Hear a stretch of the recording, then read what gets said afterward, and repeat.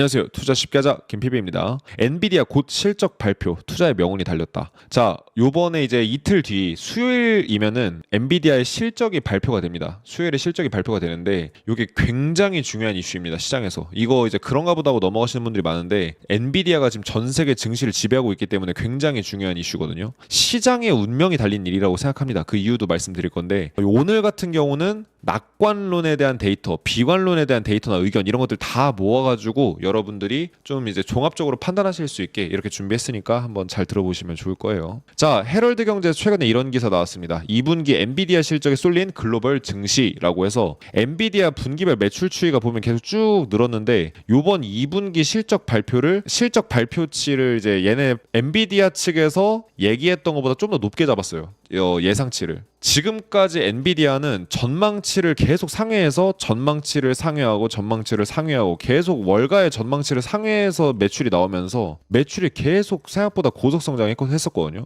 진짜 회사가 어떻게 이런 대기업이 이렇게 빨리 성장할 수 있을까 싶을 정도로 빨리 성장을 했는데 지금 현재 주가는 이러한 전망치들이 다 반영이 되어 있습니다. 이미 이런 이제 성장할 거라는 전망치가 반영이 되어 있어요. 그래서 우리가 이번 엔비디아 실적 발표 때 가져가야 될 키포인트는 전망치에 미달하거나 아니면 전망치에 부합하는 정도로만 실적 발표가 나와도 시장에서는 오히려 악재로 반영이 될 수가 있습니다. 그래서 왜냐하면 매출이 둔화될 거라는 우려감 때문에 그렇거든요. 요거 관련된 데이터 놀라운 거 제가 좀 이따 하나 보여드릴게요. 자, 그렇다라고 한다면 나는 엔비디아 투자 안 하는데 왜 이거 실적 발표가 중요해? 이렇게 생각하시는 분들이 계실 수 있어요. 나는 비트코인 투자하는데? 이렇게 생각하시는 분 계시는데 요번 발표가 중요한 이유는 엔비디아의 시장 장악력 때문입니다. 엔비디아가 나스닥 움직임의 60%를 책임지고 있고 S&P 500의 움직임의 30%를 책임지고 있어요. 즉 엔비디아가 떨어지면은 나스닥도 떨어지고 기술주 지수가 빠지니까 기술주 다 빠지고 비트코인 빠지고 이런 식으로 이제 가게 돼요. 요거는 이제 뭐 명확하게 데이터로 나온 팩트이기 때문에 이거를 부정할 수는 없는 얘기예요.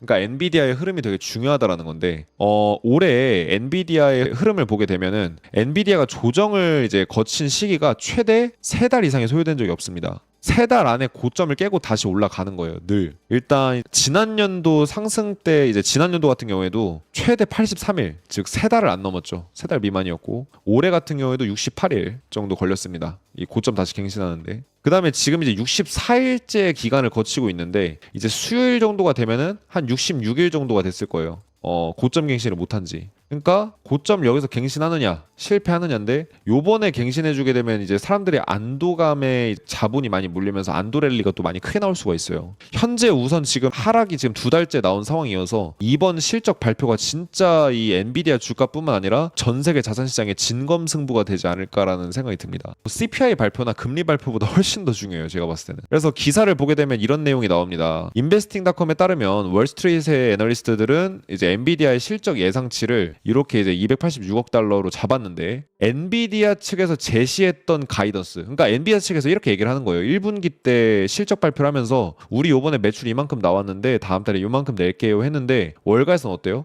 여기다 조금 더 붙인 거예요. 이렇게 조금 더 나올 거다 이렇게. 그래서 월가 쪽에서도 지금 요번에 어때요? 요번에도 또 실적이 깜짝 실적이 나올 거다 이렇게 기대를 하고 있다라고 합니다. 근데 사실 지금 모두가 월가에 있는 거의 모두가 엔비디아의 매출을 기대하고 있다 이런 식으로 기사가 나왔지만 사실 제가 데이터를 찾아보면 모두 다 이렇게 생각하는 건 아니더라고요. 기사에서는 사실 월가의 모두들이 다 지금 엔비디아의 실적 발표만 기다리고 있다 이런 식으로 이제 얘기를 하지만 데이터로는 사실 그렇지 않았습니다. HSBC가 이제 굉장히 유명한 글로벌 영국 기반의 글로벌 이제 금융그룹이죠. 근데 여기서 이제 리서치 데이터가 하나 나온 게 있는데 매출 성장률이 둔화될 거다 이렇게 얘기를 합니다. 매출은 엔비디아가 장기적으로 성장하는 거 맞아. 근데 매출이 성장하던 속도가 이렇게 늘다가 점점 이렇게 완만해진다.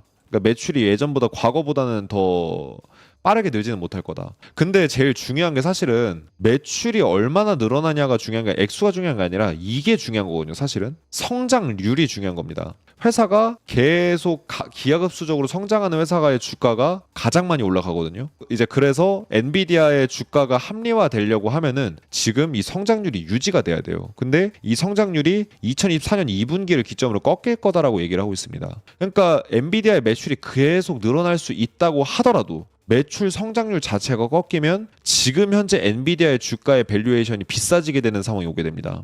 그러면은 주가의 가치가 가격에 비해서 너무나도 이제 괴리가 생기는 상황이기 때문에 슬슬 투자자들이 발 빼고 나가려고 할 가능성이 커요. 그래서 매출 성장률이 둔화되는 걸 이제 확인할 수 있는 3분기가 될 것 같고, 둔화가 진짜 이제 HSBC 말대로 되게 되면은 굉장히 악조건이겠죠. 주가 상승이 둔화될 수 있다. 그래서 이제 보통 주가는 이런 가이던스나 매출의 실적의 성과나 이런 것보다 더 빠르게 움직여요. 그러니까 매출이 이미 이제 꺾이거나 매출 성장률이 둔화될 것 같으면 그 전에 미리 주가부터 빠지거든요. 그래서 만약에 사실은 3분기부터 매출 성장률이 급격하게 둔화될 거라고 한다면 이미 이번에 주가가 한번 이렇게 쏟아졌다 올라왔잖아요, 많이. 이거 자체가 이미 둔화가 시작돼서 예전에는 엔비디아 주가가 이렇게 올랐었다라고 한다면 이제부터는 오르더라도 이렇게 완만하게 오르거나 아니면은 아예 못 오르고 하방 압력을 받을 수도 있는 이런 시작점이 될 수도 있기 때문에 요걸 우리가 조금 이제 주의 깊게 봐야 될 것 같기는 해요. 그리고 엔비디아가 지금 현재 데이터 센터의 시장 점유율이 80%를 넘어섰습니다. 즉 엔비디아가 시장 다 먹어버린 거예요. 엔비디아의 AI 칩을 전 세계 이제 그 기관들이 다 쓰고 있고 기업들이 쓰고 있고, 엔비디아의 칩을 대체할 수 있는 게 현재 없습니다. 그게 이제 엔비디아에 투자하는 사람들의 유일한 어떤 되게 크게 바라보고 있는 강점 중에 하나죠.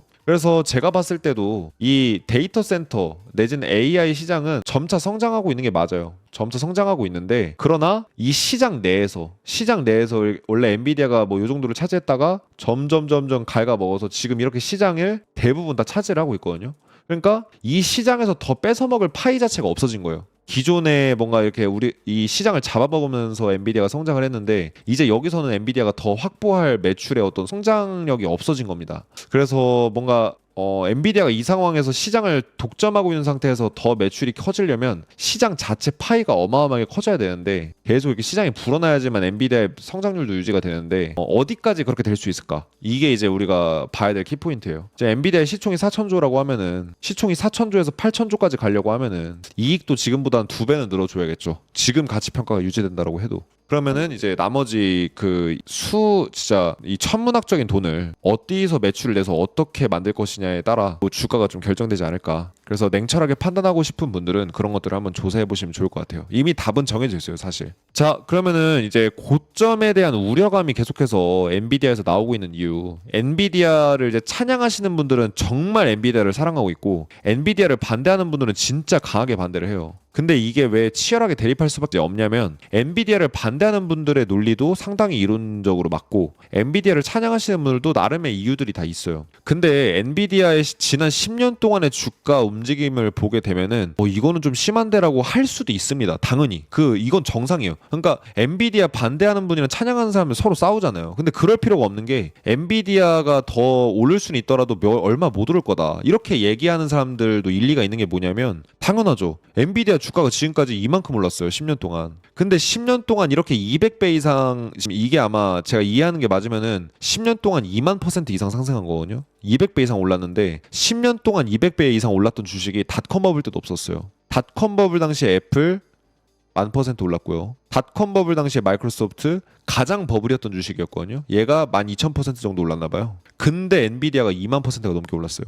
마이크로소프트가 이때 고점 찍고 나서 다시 2000년 닷컴 버블 붕괴되고 나서 다시 정고점 회복하는데 몇 년 걸리냐면 16년 걸립니다. 정확히 16년 넘게 걸려요. 그러니까 엔비디아는 도대체 얼마나 걸릴 수 있을까요? 만약에 엔비디아가 마이크로소프트의 어떤 상황이 오게 되면. 이러다 보니까 엔비디아 반대로 펼치시는 분들은 이게 지금 말이 되냐. 엔비디아 가치 있는 종목 맞고 정말 대단한 회사는 맞는데 이렇게나 높은 주가를 줄 수 있을 만한 그런 이유가 있냐. 매출 성장도 이제 꺾이게 생겼다. 이렇게 지금 얘기를 하는 것 같아요. 찬양하시는 분들은 당연히 엔비디아가 앞으로 세상을 바꿀 거라고 생각하는 거고. 그래서 지난 10년 동안 엔비디아만큼 오른 종목은 닷컴 버블 당시를 포함해도 전무후무한 수준은 맞다. 이거는 데이터로 검증이 된 거다. 이렇게 좀 보시면 좋을 것 같고요. 자, 그러면서 유튜브에 톰 내쉬라는 사람이 이런 말을 합니다. 엔비디아는 지난 4년 동안 데이터 센터로부터의 수익을 20배 증가시켰다. 엔비디아 주가가 지금까지 많이 올랐었던 이유 중에 하나죠. 그래서 이제 수익 계속 엔비디아가 이 시장을 잡아먹어서 이제 독과점을 했을 뿐만 아니라 독과점을 넘어서서 계속해서 매출을 내야 됩니다. 그래야지만 이 주가 수준이 유지가 될 수 있을 거예요. 그래서 이는 데이터 센터에 대한 의존도가 25%에서 약 90%로 변화했음을 의미한다. 그러니까 엔비디아의 매출의 의존도가 상당히 이제 지금 데이터 센터에서 대부분 다 나온다. 이런 얘기인 것 같아요. 그러니까 아마 수익에 대한 의존도일 거예요. 이익에 대한 의존도. 데이터 센터로부터의 수익 증가 때문에 엔비디아의 DNA 자체가 바뀌어버렸다. 엔비디아의 기업의 어떤 목적이나 돌아가는 메커니즘 자체가 바뀌었고 그러면서 이제 구글 스스로가 전망한 전망치가 있는데 앞으로 엔비디아의 수요가 결국은 무슨 얘기냐면 뭐 금액보다 더 중요한 거는 엔비디아의 수요 여전히 더 늘어날 것이다. 엔비디아는 계속 더 황금빛 미래가 있다. 이렇게 수요가 클 거라고 지금 예상을 하고 있다라고 합니다. 그래서 더 내용을 자세히 보게 되면 특히 북미 같은 경우에 캐나다나 미국 같은 이런 북미 같은 경우에 수력 발전 덕분에 데이터 센터를 운영할 때는 전력이 압도적으로 많이 필요한데 어떤 북미는 그런 조건을 갖췄기 때문에 되게 굉장히 이제 엔비디아에도 수혜고 북미한테도 되게 주도권을 잡기가 좋은 시장이다. 이런 식으로 얘기를 하고 있어요. 그래서 엔비디아의 주도권은 늘 유지가 될 거다. 이렇게 얘기를 하고 있습니다. 당연히 지금 엔비디아가 너무 이제 기술력이 뛰어나기 때문에 당연히 독점은 유지할 수 있겠지만 앞으로 매출이 얼마나 더 늘어날 수 있을까? 이거를 이제 우리가 합리적으로 추론하는 과정이 좀 필요한 것 같아요. 그래서 현재 머니마켓 펀드 MMF 계좌의 사상 최대치 정도의 수준인 6.24조 달러 정도. 우리나라 돈 한 8천조 원에서 9천조 원 될 거예요. 그래서 이만큼 이제 많은 돈들이 MMF로 이제 단기 부동자금으로 들어가 있고 요 돈들은 언제든 다 시장으로 들어올 수 있는 돈들이다. 특히 이 중에 약 1.5조 달러 정도 우리나라 돈으로 2천조 원이 넘는 돈들이 다시 미국 증시로 유입될 가능성이 크다. 근데 이 돈들이 유입되면 어디로 유입돼요? 엔비디아 쪽으로 진짜 많이 몰릴 수 있다라는 거죠. 2천조 원 중에 한 500조 원만 엔비디아에 몰려도 엔비디아 주가가 어때요? 10%는 상승해 줄 수 있으니까. 그리고 또 10%가 오르면 어떻게 돼요? 또 이거 보고 개미들이 또 들어오고 이런 식으로 이제 될 수 있는 거죠. 그래서 많은 투자자들이 2023년이 불황일 거라고 생각해서 돈을 현금으로 보유하고 있다. 이건 이분의 주장입니다. 그래서 이 자금이 결국 6개월 내로 주식시장에 다시 들어오게 될 거다. 이런 식으로 얘기를 하면서 투자처를 못 찾은 현금들이 아직 이 세상에 얼마나 많은데 요번 엔비디아 실적 발표 잘 되면 아마 시장에 들어올 돈 엄청 많을 거야. 사상 최대 수준의 현금 보유를 갖고 있으니까 이렇게 얘기를 하는데 이분이 사실 간과한 게 하나 있어요. 사상 최대의 현금은 이 물가 상승이나 이런 것들을 전혀 반영하지 못한 결과이기 때문에 이걸 반영하게 되면 또 다른 결과가 생깁니다. 자, 요걸 한번 보여드리려고 하는데 제가 이거 지난번 라이브 방송 때 다뤄드렸던 건데 현재 실제로 MMF 자금이 사상 최대치인 거는 맞아요. 언제랑 비교해서 2008년 글로벌 금융위기 때부터 현재까지 십몇 년 동안의 데이터를 봤을 때 확실히 MMF 자금이 사상 최대치인 건 맞습니다. 근데 요 파란색 선이 뭐냐면은 MMF랑 주식시장의 시총을 비교한 거예요. 그래서 주식시장 시총 대비한 MMF 자금의 비율은 어때요? 최저치 수준입니다. 이게 무슨 얘기냐면은 옛날에 2008년 글로벌 금융위기 당시에 MMF 자금이 이만큼 있었어요. 근데 주식시장도 요만큼 크기였어요. 이게 이제 2007년 당시고 지금 현재는 그 자금 옛날보다 많아요. 확실히 커졌죠? 근데 어떻습니까? 주식시장은 더 커져 버렸다는 거예요. 그러니까 만약에 예를 들어서 이만한 주식시장이 떨어지면은 요만한 시장이 어느 정도 이제 매수가 들어오면서 방어가 될 수도 있고 매수가 들어오게 되면 시장이 크게 올라갈 가능성도 있는데 지금은 주식시장이 이만한 크기인데 MMF의 사상 최대 자금이 몰려있다라고 해도 주식시장의 덩치가 커져버린 것과 비교하면 너무 작아 보일 수 있다라는 거죠. 물가 상승하고 돈 많이 풀어서 지금까지 돈 많이 들어온 것도 있기 때문에 실제로 이렇게 좀 합리적으로 이제 비교를 해보면은 조금 이제 저 부분의 주장에는 조금 아쉬운 점은 있습니다. 그래서 사상 최고치는 맞지만 증시 규모에 대비하면 역대급으로 적은 부동자금을 갖고 있어요 지금. 그래서 이제 금융위기 때는 그래도 이런 부동자금들이 매수를 받쳐줬는데 지금은 사실 그럴 만할 정도는 아니다라고 볼 수 있을 것 같아요. 그래서 지금 이제 이분이 주장하시는 거는 뭔가 압도적으로 시장을 리드할 것처럼 뭔가 돈들이 막 갑자기 막 들어오면서 막 시장을 미친 듯이 끌어올릴 것처럼 얘기를 해주시지만 그거는 MMF로 주장하는 내용은 사실은 데이터로 봤을 때는 그냥 시장의 매수세가 이제 들어오는데 도움이 될 정도의 자금은 될지 몰라도 사실 시장을 막 진짜 미친 듯이 띄울 만한 저분이 말씀하신 것처럼 어마어마한 기대를 할 정도는 사실은 아니라고 보고 있고요. 지금 이런 주장을 또 하십니다. 전문 투자 그러니까 펀드 매니저들이 더 이상 대기할 시간이 없다. 왜 그러냐? 3분기 투자 실적 이제 정해질 텐데 그럼 빨리 뭔가로 수익을 내야 된다. 그렇기 때문에 매수가 들어올 거다. 이렇게 얘기를 하고 있습니다. 그래서 지금 요번에 이제 개미 털기하고 올라갈 것 같다 이런 식으로 얘기를 하는데 사실 저는 데이터가 뭔가 제시되지 않은 주장은 그냥 한 사람의 주장으로 받아들이는 게 제일 좋은 것 같거든요. 그래서 이렇게 이제 예상하신다고 합니다. 그래서 큰 하락 이후에 쭉 크게 올라갈 것 같으니까 대기해라. 그래서 개미 털고 가는 거다 이렇게 좀 얘기를 하고 계십니다. 그러면서 이제 동시에 얘기하는 거는 시장은 늘 이렇게 올라가지 않으니까 이렇게 주춤주춤하면서 올라갈 거다. 요번에도 지금 그럴 거다. 그러면서 지금 매스미디어랑 펀드 매니저들이 뭘 하고 있냐? 투자자들을 겁주기 위해서 협력할 가능성이 크다. 왜냐? 주가가 떨어지게 한 다음에 자기네들이 사서 끌어올릴 거다. 그러니까 너네들을 겁줄 거니까 그 겁